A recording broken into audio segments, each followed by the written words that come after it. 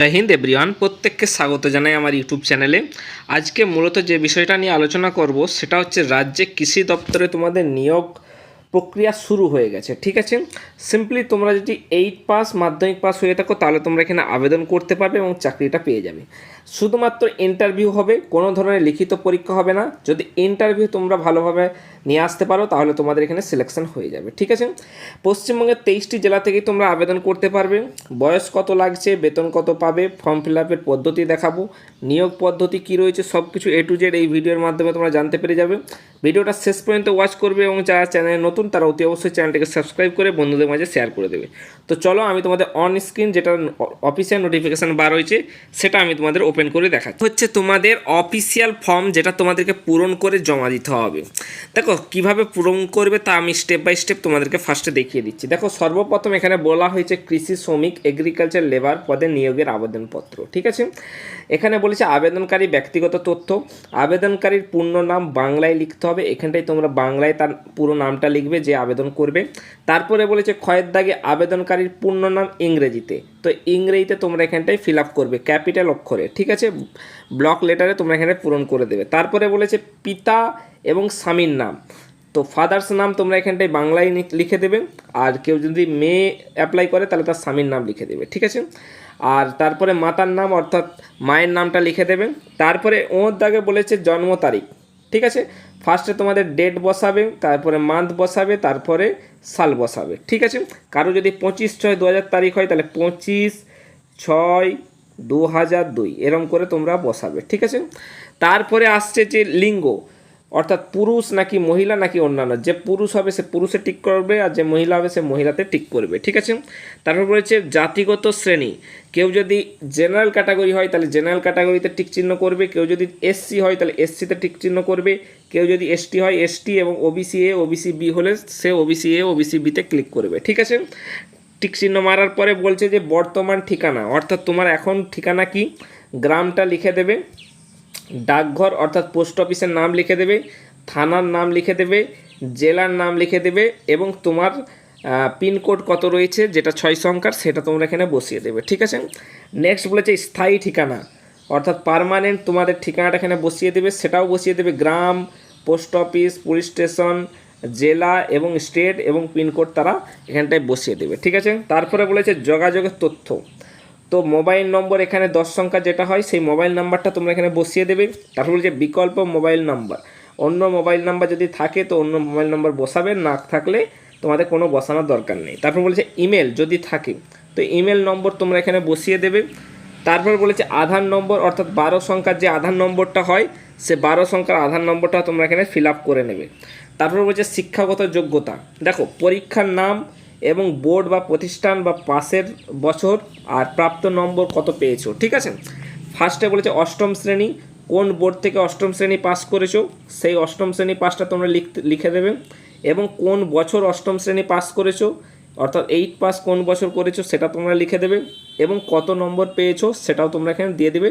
বা নম্বর না লিখতে পারলে তোমরা গ্রেড দিয়ে দেবে, যে গ্রেড এ নাকি গ্রেড বি না গ্রেড সি পেয়েছি। ঠিক আছে, তারপরে বলেছে মাধ্যমিক যদি থাকে তো দেবে, যেহেতু এটা গ্রুপ ডি কর্মী নিয়োগ হচ্ছে সেহেতু মাধ্যমিক দিলেও ভালো, না দিলেও ভালো। ঠিক আছে, তো দিয়ে দেবে যদি তোমাদের এক্সট্রা কোয়ালিফিকেশান থাকে।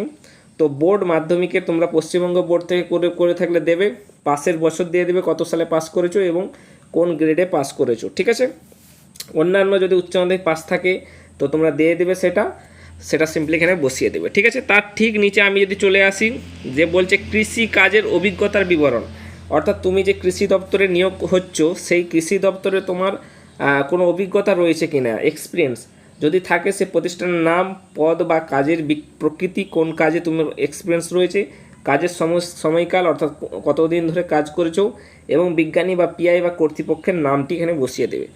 তারপরে ঠিক বলেছে মোট অভিজ্ঞতা কত বছর কত মাস ধরে তুমি কাজ করেছো সেটা তোমরা লিখিয়ে দেবে, যদি না থাকে তো না লিখবে। ঠিক আছে, তারপর বলেছে অভিজ্ঞতার শংসাপত্র, তুমি যদি আবেদনপত্রটির সঙ্গে সংশ্লিষ্ট বিজ্ঞানী বা প্রিন্সিপাল ইনভেস্টিগেটর বা ফার্ম সুপারিনটেন্ডেন্ট, যেমন এটা যেটা বললাম এইটা, তো এইটার সাথে যদি তুমি অভিজ্ঞতা শংসাপত্র যুক্ত করেছো, যদি করে থাকো তাহলে হ্যাঁ লিখবে, আর না করে থাকলে না লিখে দেবে। ঠিক আছে, ক্লিক বক্সে চেক বক্সে ক্লিক করে দেবে। তারপর বলছে সংযুক্ত নথিপত্র, যেগুলো দিচ্ছ তুমি অর্থাৎ ডকুমেন্টস, সেগুলো তোমরা এখানে টিক চিহ্ন দেবে। যেমন বয়সের প্রমাণপত্র থাকলে বয়সের প্রমাণপত্র দেবে, অ্যাডমিট কার্ড দেবে মাধ্যমিকের, না হলে তোমাদের বার্থ সার্টিফিকেট দেবে। শিক্ষাগত যোগ্যতার শংসাপত্র অর্থাৎ 8 পাস তোমার শিক্ষাগত যোগ্যতা বা 10 পাস তোমরা সেটা দিয়ে দেবে। অভিজ্ঞতা শংসাপত্র থাকলে দেবে, না থাকলে না দেবে। আধার কার্ড থাকলে আধার কার্ড দেবে, সেটা সরকারি পরিচয়পত্র হিসেবে গ্রহণ করা হবে, আধার কার্ডটা তোমরা এখানে বসিয়ে দেবে। পাসপোর্ট সাইজের ফটোটা দিয়ে দেবে এবং অন্যান্য কোনো কোয়ালিফিকেশান থাকলে তোমরা সেটা বসিয়ে দেবে, বা কেউ যদি SC ST OBC থেকে বিলং করো সেই সার্টিফিকেটটা তারা দিয়ে দেবে। ঠিক আছে, এবার আসছি যে স্থায়ী তারিখ, এটা তারিখটা বসিয়ে দেবে, স্থান কোথা থেকে আবেদন করছো এবং আবেদনের পূর্ণ স্বাক্ষরটা তোমরা এখানে বসিয়ে দেবে। ঠিক আছে, বাকি কাজ তোমাদের পুরোপুরি অফিস থেকে করবে, এটা তোমরা পূরণ করে কোথায় জমা দেবে সেটা আমি তোমাদেরকে দেখিয়ে দিচ্ছি। দেখো, সম্পূর্ণ তোমাদের জমাটা নেওয়া হচ্ছে 20 জুলাই 2026 সোমবার পর্যন্ত বিকাল 4টা পর্যন্ত আবেদন জমা নেওয়া হবে।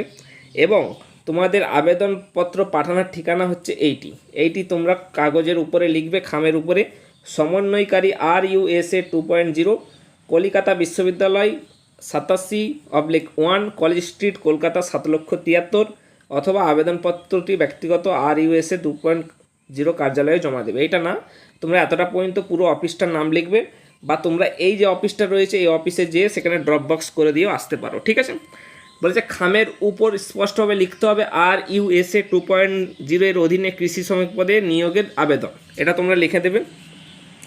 তারপর সেরকম কিছু বলেনি, তোমাদের পুরোপুরিভাবে বলিয়ে দিলাম। তারপরে যেটা বলেছে সেটা তোমাদের আমি দেখিয়ে দিচ্ছি, যে এই কাজের মেয়াদ কতটি আছে, শূন্যপদ কত আছে দেখে নাও। এই পদের নাম হচ্ছে কৃষি শ্রমিক, শূন্যপদের সংখ্যা 50টি, কর্মস্থল বারুইপুর কৃষি পরীক্ষণ খামার কলকাতা বিশ্ববিদ্যালয়, পারিশ্রমিক পশ্চিমবঙ্গ সরকারের প্রচলিত আদেশ অনুযায়ী দৈনিক মজুরি তোমরা পাবে।